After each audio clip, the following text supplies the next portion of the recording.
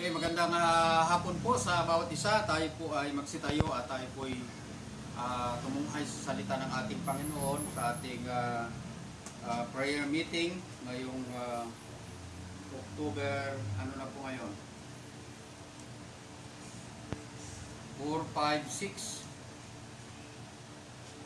6. October 6 na po ngayon. Sa Psalms chapter 91, dalawang talata o tatlong talata lamang po ating babasahin. Psalms chapter 91, verse 14, 15, and 16. Sabi po ng Biblia, "Because He had set His love upon me, therefore will I deliver Him, I will set Him on high, because He hath known my name. He shall call upon me, and I will answer him. I will be with him in trouble. I will deliver him and honor him." Verse 16, "With long life will I satisfy him and show him my salvation." Pagpalain po ng Diyos ang kanyang salita. Tayo po ay sumandali, kumikit, manalangin po tayo. Dakilang Diyos, purihin ang pagkabasa ng iyong salita at maitaas ang iyong banal na pangalan sa karagitan ng iyong mga anak. Dahil higit na sa aming panalanginan. Patawarin mo po kami sa aming mga kalikuan, sa aming puso't isipan, sa mga pananalita na hindi po katanggap po sa inyo, Panginoon. Pagpalain mo po at ang iyong mga anak ay laging ma-educate sa amin pong prayer life at sa amin pong personal na patotoo upang, O Diyos, ay bibigyan mo ng pabor ang aming pong mga kahilingan.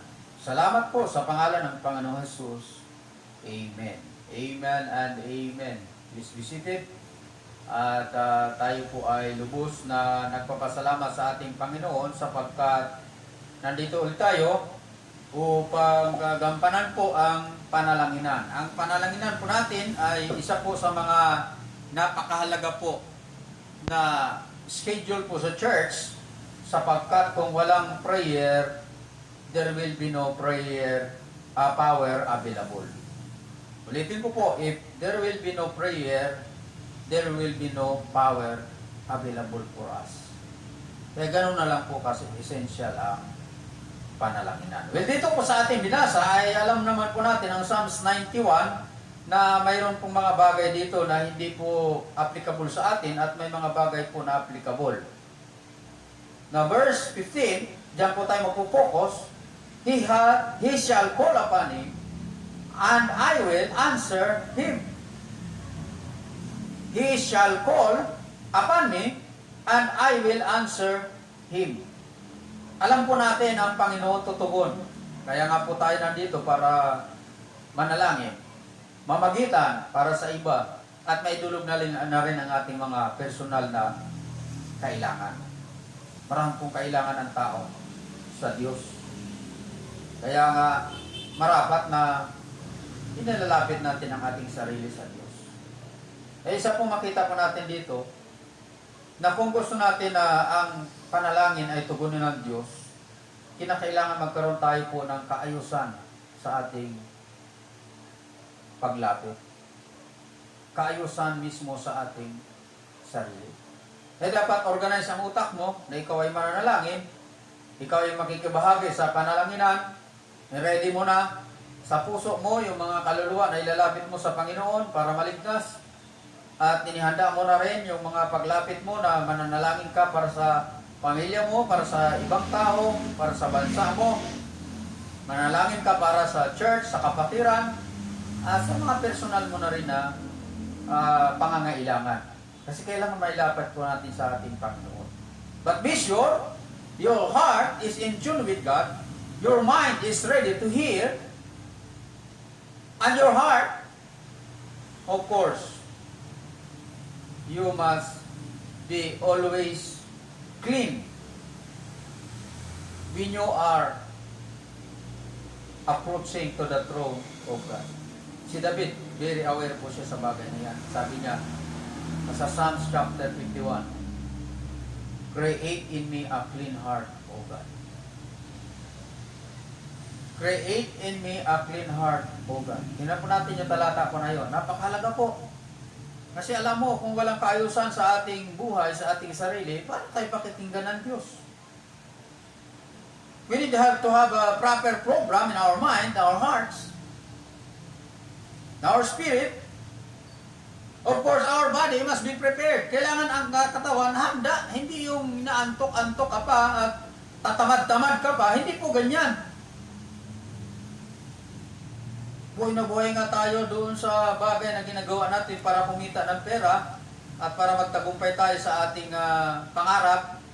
Pero minsan sa panalangin, tinutulugan pa natin. Nakakahiya po sa Panginoon po yun. Alam natin na pagalitan ng Panginoon ng mga alagad sa bagay na yan. Then physically fit po tayo. You need to prepare yourself if you want God to answer your prayer. Eh yan po sa 51 verse 10 ng Psalms, create in me a clean heart, O God, and renew a right spirit within me. Mahalaga po yan. Sapagkat napakarami na pong lumalapit ngayon ay mechanical na lang. Because of religious duties na lang, hindi na po heartily. Prayer must be done heartily. Prepare yourself to go to the Lord because He will answer your prayer if your heart is right with God. Tandaan po natin yan. Napakahalaga po na i-consider natin, inihanda natin ang ating sarili, ang ating katawan, ang ating kaluluwa, ang ating espiritu sapagkat ito ay bahagi ng pagsamba natin. Paano ka makakasamba kung pagod na pagod ka? Pagdating mo sa church, konting minuto lang na upo, tulog ka na. Hindi po ganon. Ginagaya mo lang yung mga mapagpaimbabaw. Mga reliyosong tao na napakababa ang tingin sa Panginoon. Pag makinig ng salita ng Diyos ay hindi inuunawa. Ibig sabihin, hindi mo matatanggap ang pagpapala. Hindi mo matatanggap ang tugon ng Panginoon kasi hindi ka attentive. Kung gusto natin pakinggan ng Diyos ang ating panalangin, una, makinig muna tayo sa Kanya. Amen? Maging mahusay tayo sa pakikinig, sa pagtanggap ng mga alituntunin ng Diyos nang sa gayon ay magagawa natin ang mahusay ang paglapit sa Kanya. Alam mo, hindi po ito sa pagalingan. Kinakailangan lang talaga maayos ang sarili natin, ihanda natin ang ating puso. Ang isipan ay nakaprogram. This time is for God. No distraction, no interruption. Patay, silent ang cellphone, mga gadget. Para walang istorbo. Kasi marami ngayon na mumobile pa sa church. May tawag pa na appointment. May emergency pa. Ibig sabihin, gusto mong tugunin ka ng Diyos, pero hindi ka tumutugon sa panuntunan ng Diyos kung paanong paraan, paanong paghanda. Ganyan po kababaw ang mga Kristiyano na hindi aral sa mga pamamaraan ng Diyos sa pamumuhay ng Kristiyano na maging karapat-dapat para tugunin ka sa panalangin mo. Hindi lahat po. Sabi, pag kumatok, pagbubuksan. Ang tanong, karapat-dapat ka ba? Nabuksan. Kasi, alam mo, ang Panginoon, He is omnipotent. He is omniscient. He is all-knowing. He can do everything what He pleases. Kung ano man gusto niya, magagawa niya. Pero kung nakalay ng puso natin sa gusto ng Diyos, siyempre alam mo na yun. Tutugon ng Diyos. Pero pag nandito ka, to ask something for God to consume for your flesh, for your own benefits, ay hindi po ganun. That is not the right way to make yourselves ready for God's answer to your prayer. Kasi lahat naman ng Kristiyano nanalangin para tugunin ng Diyos. Pero lahat ba talaga nakakatanggap ng tugon? Alam mo, may mga nananalangin na hindi seryoso. May mga lumalapit sa Diyos na hindi out of the heart. out of obligation na lang, napipilitan ka. Huwag ka na lang manalangin. Hindi ka kailangan ng Diyos. Tayo ang may kailangan sa Diyos, kaya tayo malapit eh. Kahit magsakripisyo ka pa ng oras, o gumasto ka pa ng pamasahe, kasi kailangan mo ang Diyos. Eh, hindi pwedeng mag-demand ang tao na, kaya naman may gawain kasi nandito kami. No. The work of God will continue even without you, without me, and without somebody. Kasi ang Diyos ang may-ari ng lahat eh. Huwag mo lilimitahan siya. Tayong tao, tayo ang limitado. Ang Diyos hindi limitado. Kaya, ihanda natin ang ating sarili. We must put in order the right condition of our mind, heart, and our body so we can perform. Alam mo, yung bumababaw na. In Jesus' name, Amen. Anong klaseng panalangin yan? Hindi pa umabot ng 1 minuto, nag-amen ka na? Seryoso ka ba talaga? Kasi sa lumang tipan, ang halimbawa natin, biruin mo yan. Nag-aalay pa yun. Hindi lang basta prayer, nag-aalay pa sa Panginoon. Matagal yun. Ang pag-aalay sa lumang tipan ay pinapatay ang hayop. Eh, matagal yun. Hindi yun 1 minuto. O wala pang 1 minuto. Pero ang mga nagsasabing anak ng Diyos, Kristiyano, pero hindi tumibay sa pananampalataya, ganun na lang ang kanilang turing sa Panginoon. Parang sinasabi nila, mahal nila ang Panginoon, diboto sila sa Diyos, pero hindi naman nakikita sa gawa. Wala sa gawa eh. Paano ka paniwalaan? Paano ka makapag-anyaya ng tao nakikilala sa Diyos? Eh, ikaw mismo eh. Hindi mapaniwalaan yung ginagawa mo. Eh, ikaw na lumalapit sa Diyos, you must believe that He is able, He can do, He can answer your prayer. That is why you are also prepared. Handa ka rin. Pinaghandaan mo yan. Hindi ka nagre-reklamo kung ilang oras yan. Alam mo mga alagad, sinabihan lang ng Panginoon, 1 oras lang, hindi kayo makapaghintay. 1 oras ko lang naman kayo hininging manalangin. Bakit natulog kayo kaagad? That means lack of preparation. They do not prepare for the work of God. Paghandaan mo. Ilang araw bago dumating ang prayer. Ilang araw bago dumating ang worship. Paghandaan mo yan. Kung worship kinabukasan, hindi ka magpupuyat. Hindi ka magpapakapagod. Bakit? Yun ang pinakamahalaga na ma-achieve mo. Kasi sa Panginoon yun eh. Hindi yung panlupa. Alam mo, dapat ang tingin natin sa mga bagay na ginagawa natin sa panlupa ay sekundary lang. Huwag yung parang ibuhos mo na lahat ng panahon mo dyan at buhay mo. No, sa Panginoon dapat. Kasi ang pinagsisikapan natin na mga bagay ay makalangit, hindi panlupa. We are focused on the things that concerns of heaven, not for the earth. Kasi malulusaw ang sanlibutan na ito. Ang lumang langit at lupa ay matutupok. Pero ang salita ng Diyos manatili magpakailan, kailan pa man. Kaya dito ka, ito yung may eternal value. Mas maigi na manalangin ka kaysa matulog. Bakit? Yung matulog, ang value nun, pahinga ka lang. Ang lupa lang yun. Pero, yung manalangin, ito po ay kapangyarihan at pagpapala. Kasi, pag tumugon ng Diyos, may blessing. Kaya hindi ka nanalangin, natulog ka lang, wala kang blessing. Kaya magtatanong, bakit Pastor, Kristiyano na ako, anak na ako ng Diyos, mahirap pa rin ako hanggang ngayon? Ikaw na rin ang makakasagot sa tanong mo. Kung magreklamo ka sa Diyos, ang tanong, masipag ka ba? Responsible ka ba bilang Kristiyano? Gumagawa ka ba ng mabuti? Nagtatanim ka ba? Kasi ang require ng Panginoon sa atin to become a faithful servant. Hindi require na basta makagawa ka lang, okay na. No, to become a faithful servant. Gawin mo, mahusay. Galingan mong magpaawit, galingan mong tumugtog, galingan mong manalangin, galingan mong magturo.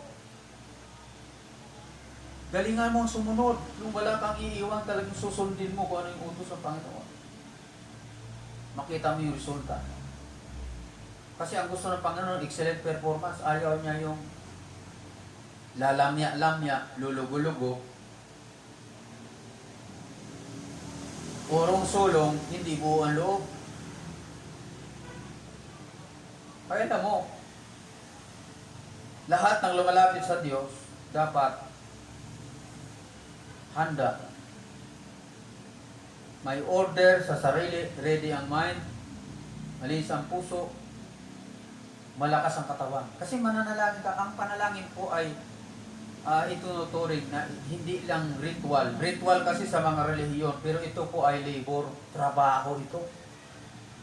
Kasi gumugugol ka ng panahon. Na kung leading ng Holy Spirit na umiyak ka,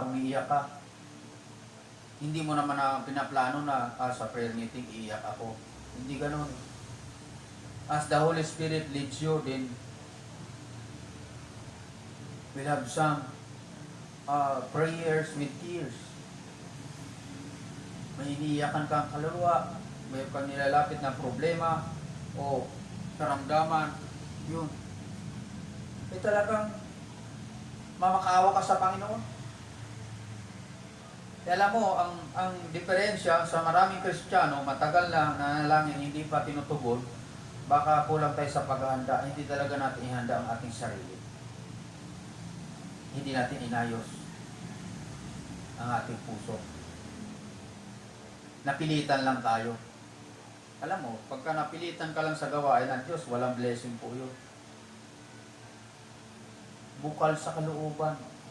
Gusto ng Panginoon, dedicated ka, at saka maluwag sa kalooban mo na ikaw ay nakikibahagi at ginagampanan mo dahil ikaw ay nagnanais na maging tapat na lingkod ng Panginoon. Faithful servant of God. Eh, napakalalim po ng sinasabi ko dito sa verse 15. He shall call upon me, and I will answer. I will be with him in trouble. Biruin mo yan. Hindi ka pinabayaan ng Diyos. I will deliver him and honor him. Liligtas ka niya sa panganib. Para rangalang ka pa. Gantimpalaan ka pa. Kaya alam natin na nasa Panginoon lahat yan. Kayang gawin ng Panginoon yan. Ang tanong, kaya mo bang ayusin ang sarili mo na pagka lumalapit ka, sincere ka talaga, masaya ka na ginagawa mo yung pananalangin, hindi ka napipilitan. Kasi pag napipilitin ka lang, walang gantimpala sa Panginoon yun. Ayaw ng Panginoon ng mga naglilingkod na nagmamaktol. Masama ang loob. Napilitan lang, hindi talaga totoo. Gusto ng Diyos, masaya ka sa ginagawa mo, lalo na sa Panginoon. Hindi naman tayo nandito para sa sarili natin, kundi para sa Panginoon. At para na rin sa mga inilalapit natin na pangangailangan, kaligtasan, ng kaluluwa, may karamdaman, pagalingin ng Diyos, may problema, tulungan ng Diyos na malagpasan. Hindi ka lang lumalapit sa Diyos para sa sarili mo. Kagaya ng ginagawa ng mga relihiyoso. Sabi pa ng Biblia, with long life will I satisfy him and show him my salvation.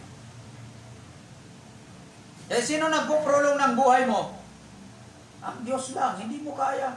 Hindi kaya pahabain ng doktor ang buhay mo. Maintenance, nakakatulong ba para humaba ang buhay? Hindi.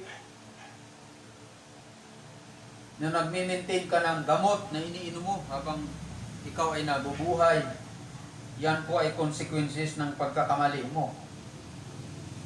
Kasi hindi ka marunong mag-handle ng kalusugan mo, kaya ka nagme-maintenance.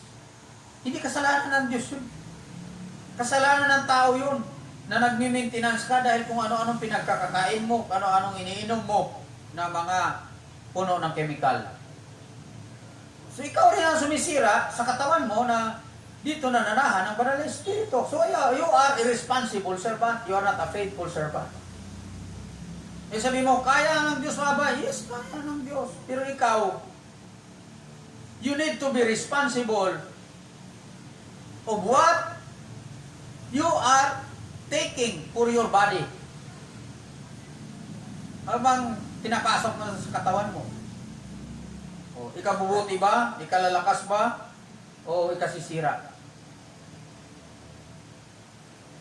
Kaya ang Panginoon po, walang nanggagaling sa kanyang masama. Lahat mabuti. Pero bakit napasama ang tao? Pinili niya yun. Desisyon mo yun. Ikaw pumili ng bagay na ikakasama ng katawan mo. Kaya umiksi ang buhay mo. Pero ang Diyos, gusto niya, humaba ang buhay mo. Bakit? Siyempre naglilingkod ka sa Kanya. Bakit yung iba ay maaga kinuha ng Panginoon, hindi nakaabot ng lifespan? 70 years. Human negligence po yun.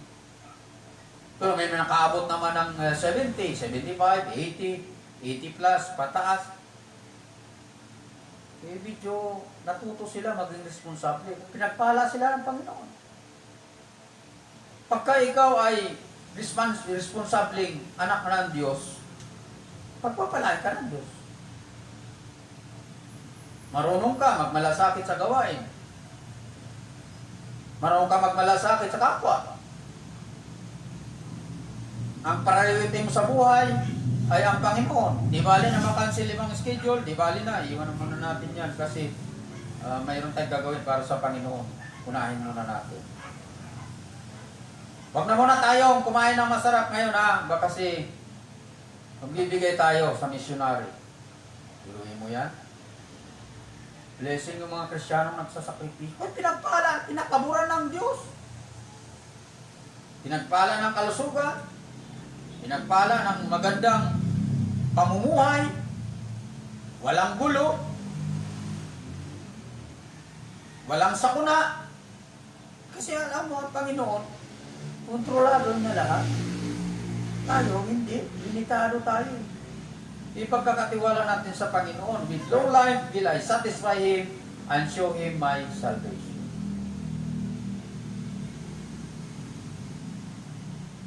Kaya, pag ikaw, your aim is to obey God, to become a faithful servant of God, talagang pagpapalain ka ng Diyos. Pabayan niya ang buhay mo. Kasi naghahanap ang Diyos ng mga tapat na pwede niya pagkatiwalaan. Hindi siya pwedeng magtiwala ng mga tao na basta sumali na lang sa church, basta nakinig lang. Hindi. Ang gusto ng Panginoon, yung may takot sa Kanya, marunong sa sarili ng disiplina, inaayos niya ang kanyang pag-iisip, programming, ang kanyang puso, ang kanyang katawan, kasi ito ang gagamitin natin sa paglilingkod. Holistic approach po yan. Pag holistic approach, babalansihin mo lahat ng bagay ay i-intake mo yung mga bagay na makakatulong at gusto ng Panginoon. Eh sasabihin ng Panginoon, ito yung gagamitin ko na na lingkod. Kasi maayos ang kanyang sarili, maayos ang kanyang buhay, inihanda niya, puso niya, malinis, maayos ang kalagayan. Eh, pag lumapit ka sa Kanya, hindi ka matatanggihan ng Diyos. Tutugunin ang kahilingan mo. Kaya yan po ang isang bagay na matutunan natin, na dapat nating laging isa lang alam. Ang Diyos ay banal, tayo ay makasalanan. All we can do is to beg His mercy and grace. At tayo'y lumapit sa Kanya na may kahandaan sa ating mga sarili. Paplanuhin mo ng mabuti ang iyong prayer life, ang iyong paglilingkod, ang iyong pagsamba, ang iyong katungkulan bilang anak ng Diyos na nagliliwanag sa sanlibutan. Kasi yun ang purpose natin. Ikaw ay magliwanag, makita nila ang buhay mo na binago ng Diyos at sila ay mabigyan mo ng pagkakataon na lumapit sa Panginoon. Dalhin mo sila kasi maniwala sila eh. Maniwala sila pag makita nilang ebidensya ng buhay mo binago ng Diyos. Ang mga tao kasi is to see, is to believe. Pero tayong mga nakakilala na kay Kristo, iba na. To believe is to see. Nananalig tayo sa Diyos na marami pang ililigtas na tao. Marami pang mga tao na gagamitin ang Diyos. Idadagdag sa Kanyang iglesia para maging kasama natin sa paglilingkod. Pero sabihin nila, wala naman tao, lockdown na tao, pandemic. Pero nagtitiwala ka dahil ang Diyos ang nagliligtas, siya rin ang tumatawag ng mga naglilingkod. Hindi tayo ang tumatawag ng naglilingkod. Hindi natin trabaho. Ang trabaho natin, ipangaral ang mabuting balita. Mamuhay ng tapat. At sa panalangin, may buong kahandaan. Kaya masasabi mo, tutugunin ako ng Diyos sa ating panalangin. You have the confidence. Hebrews chapter 11 verse 6.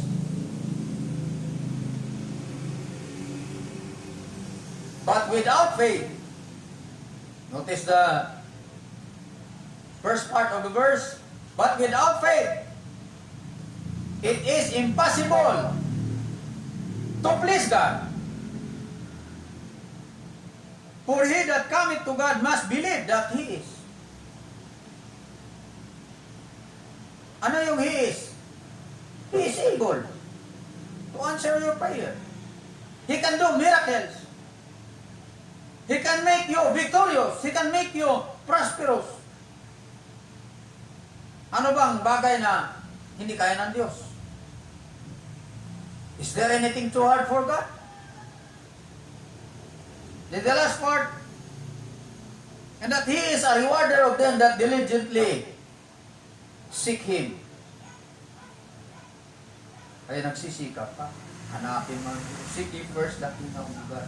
Alam mo, yung pananalangin po kailangan ng kasipagan. Isa din sa mga dahilan hindi ka tinugunan ng Diyos kasi tinamad ka na. Magpatuloy ka lang dapat, sipagan mo pa ang pananalangin. Tinatamad-tamad ka na eh. Kaya ang nangyari sa'yo, ganyan.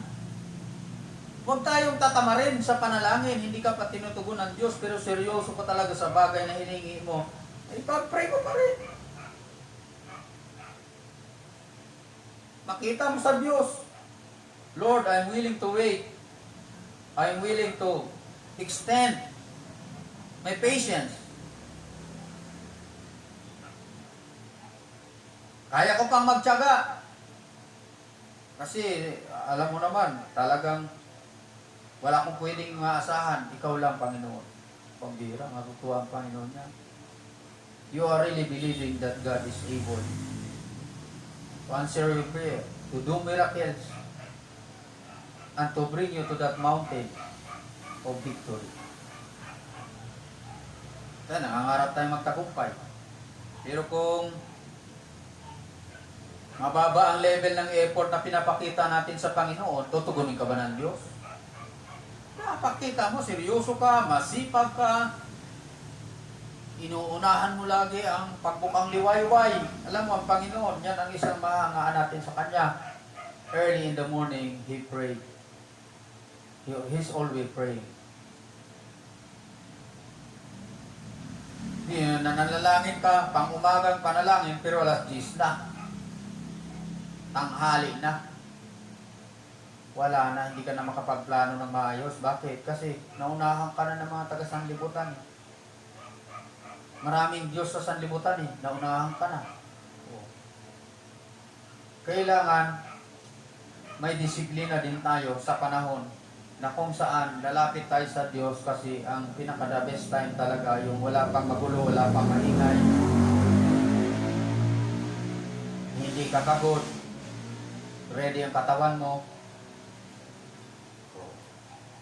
Talaga makapag-pray ka, makapag-meditate ka ng scriptures. Yung iba lalapit na lang, pag pagod na, ang dami nang ginawa. Paano ka ba naman makapag-spend ng time to pray? So walang preparation body mo. Kaya holistic po tayo eh. Mind setting, then the heart is really longing for the presence and blessing of God, and then the body is fit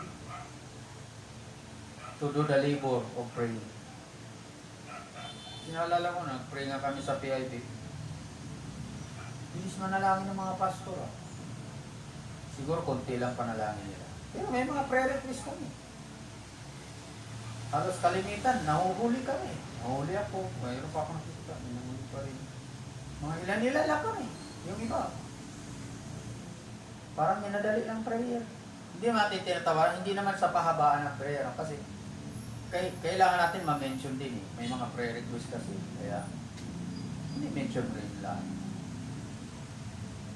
Pero kung makita mo yung kababawan ng mga Kristiyano ngayon, nagmamadali palagi pag sa gawain ng Diyos.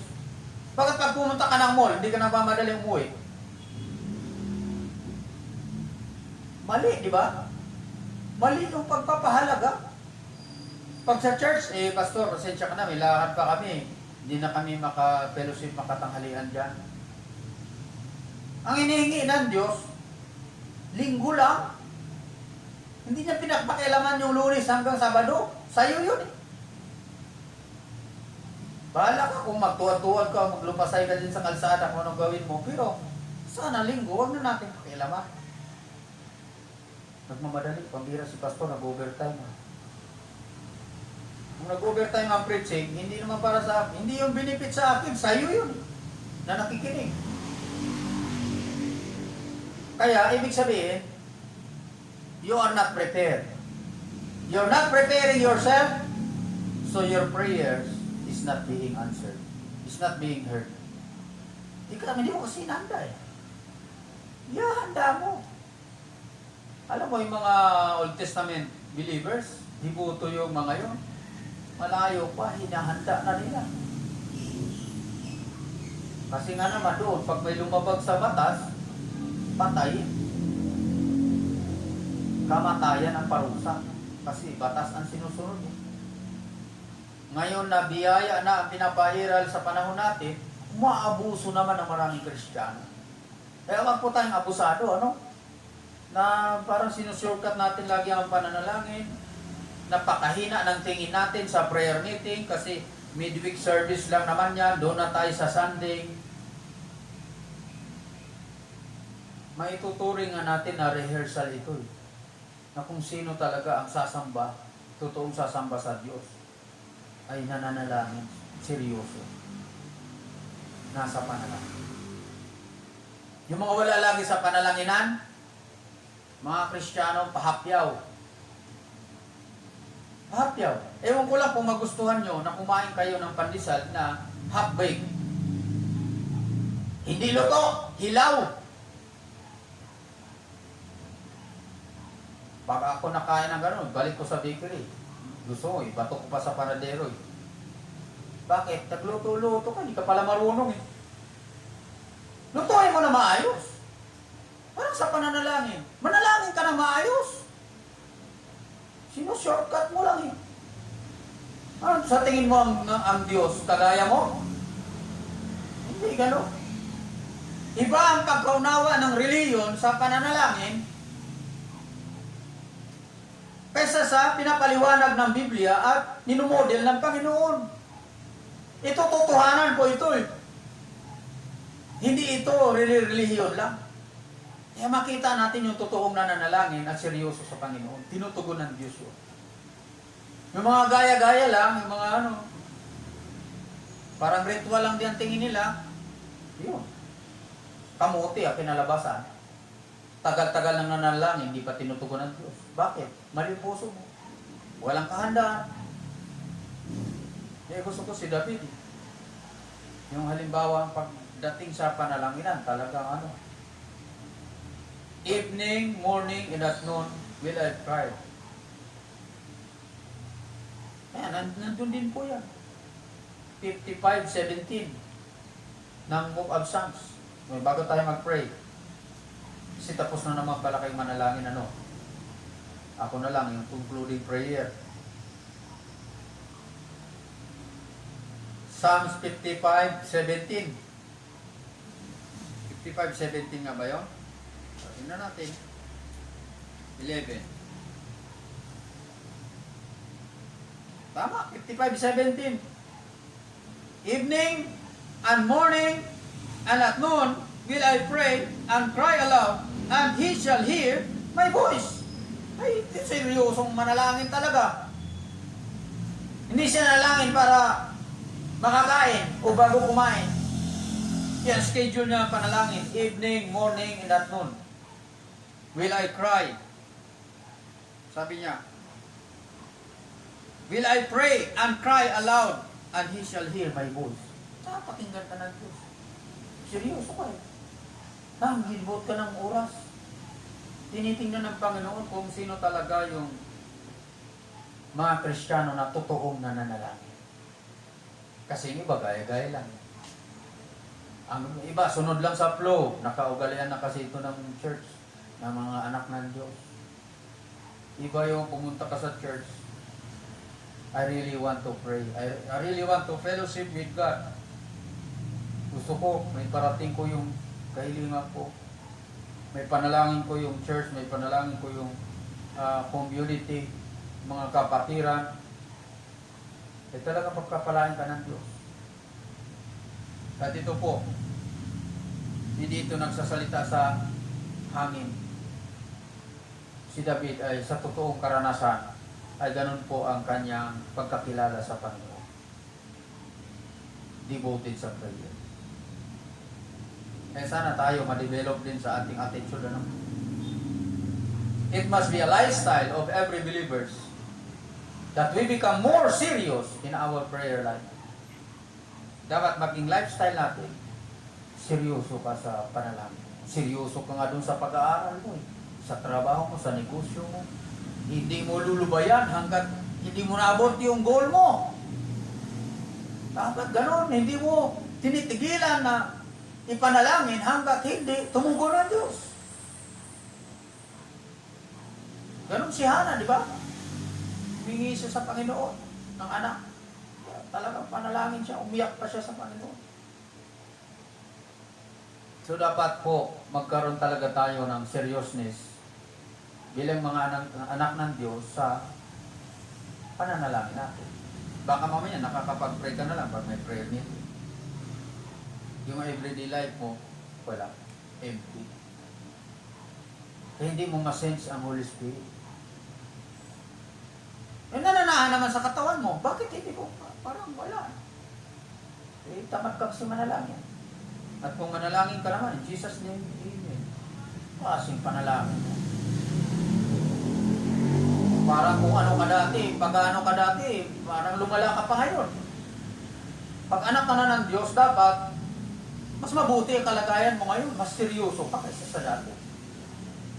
Kasi religyoso ka lang noon eh. Ngayon, Kristiyano ka na. Pero I don't think so. May mga nagsasabing Kristiyano, mapapatunayan nila sa buhay nila na tinutugon sila ng Diyos. Nasa bahay ka lang, 24 hours a day, wala kang answered prayer. O sabihin natin, sa loob ng pandemic na nangyari na ito tumama sa ating bansa, hindi ka nakatapak sa church para makilahok sa panalanginan. Kaya talagang dapat lang hindi ka tugunin. Kasi tamad ka. Tamad ang mga Kristiyanong walang pagpapahalaga sa gawain ng panalangin. Sino? Alam mo, Panginoon, He modeled His life during His earthly ministry. Nakita lahat ng halimbawa, pinakita niya sa mga alagad. Hindi nagkulang ang Panginoon, pero ang mga alagad maraming beses na nasumpungan na sila'y naging tamad. Nagpakita ng kapalaluan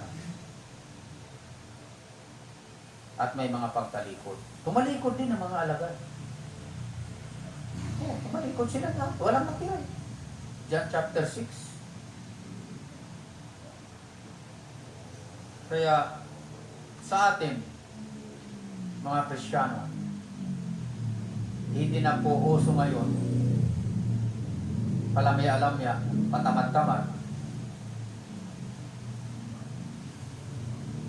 pahina-hina ng mga Kristiyano dahil ang ating kalaban ay dumadami.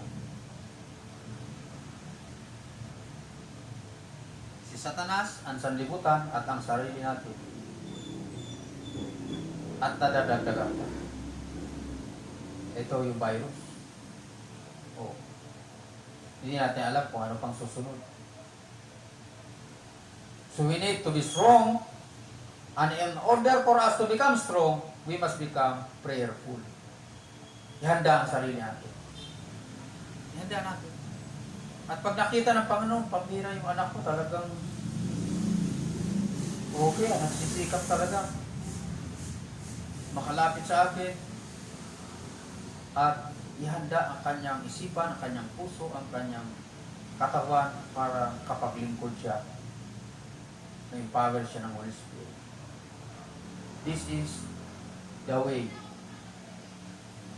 for every Christian to become more effective and more blessed.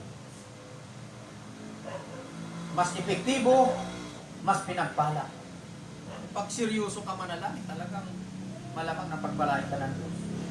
Kasi wala kang mababasa sa Bible na binibiro-biro nila ang panalangin, nagbubulakbol sila, na pinagpala ng Diyos. Lahat ng mga pinagpala ng Diyos, sila Jabez, Solomon, Abraham, Moses, Apostle Paul, ito yung mga prayerful po yan. Mga seryoso yan. Hindi man sinasabing hindi na sila tumatawa. Panahon din ng kasiyahan. Pero pagdating ng panalangin, talaga nakapokus. Nihanda ang sarili. Kasi ang prayer po, isa rin sa mga paraan natin ng pakikibaka sa prayer sa spiritual warfare. Sandata po natin. So pag hindi mo ginagamit ang sandata mo, malamang natatalunin ka ng kalaban. Kaya gamitin natin. Maging bihasa tayo sa salita ng Diyos at sa panalangin. At alam mo ang Diyos, nandiyan palagi. Kaagapay natin sa tagumpay. Tayo po'y tumayo, tayo po'y manalangin. Panginoong Diyos, maraming salamat po sa pagkakataon na ito na ipinagkaloob mo upang magtipon kami, makapagpanalanginan, makapagpalakasan sa pamagitan ng iyong salita. At kahabagan niyo po, Diyos, ang iyong mga anak na seryoso, may kasipagan at mayroong puso na handang magpasakop sa inyo. Ang aming katawan ay pinapasakop namin upang gamitin sa paglilingkod. Tugunin mo po, Diyos, ang aming kahilingan. Magkaroon po ng revival sa New Life Bible Baptist Church, magkapagbalik loob ang mga miyembro na matagal na po maaring nilulumutan na ang kanilang spiritual life, pero hindi naman namin sinasabing sila hindi ligtas. Kung talagang ligtas po, ay makapagpatuloy sila at makapagbalik loob, Panginoon. At dalangin po namin na kami ay maging blessing din sa kanila, Panginoon. Ganon din, ang mga faithful ay madagdagan pa ang bilang. Kami, Panginoon, ay bigyan mo po, O Diyos, ng habag at biyaya para maituloy namin ang laban ng pananampalataya at ma-accomplish nga po namin ang Great Commission to preach the gospel to all the world. Salamat po, Panginoon, na binigay mo po sa amin ang privilege na ito. At ganon din na may mga sakit, pagalingin mo po, Diyos. Pagpapalain mo po ang mga kapatiran na sila gumaling at sa kanilang paggaling ay mag-decide naman sila na makipag-isa sa pagtitipon ng lingguhang pananambahan tuwing Miyerkules na mayroon kaming panalanginan, Panginoon. Pagkaloob mo po ang biyaya na sa aming mga loved ones and relatives na hindi pa mga ligtas, sila po ay maabot po ng Ebanghelyo, Panginoon, bago mahuli ang lahat. At pagpalain niyo po ang social media, ang live streaming ministry namin na amin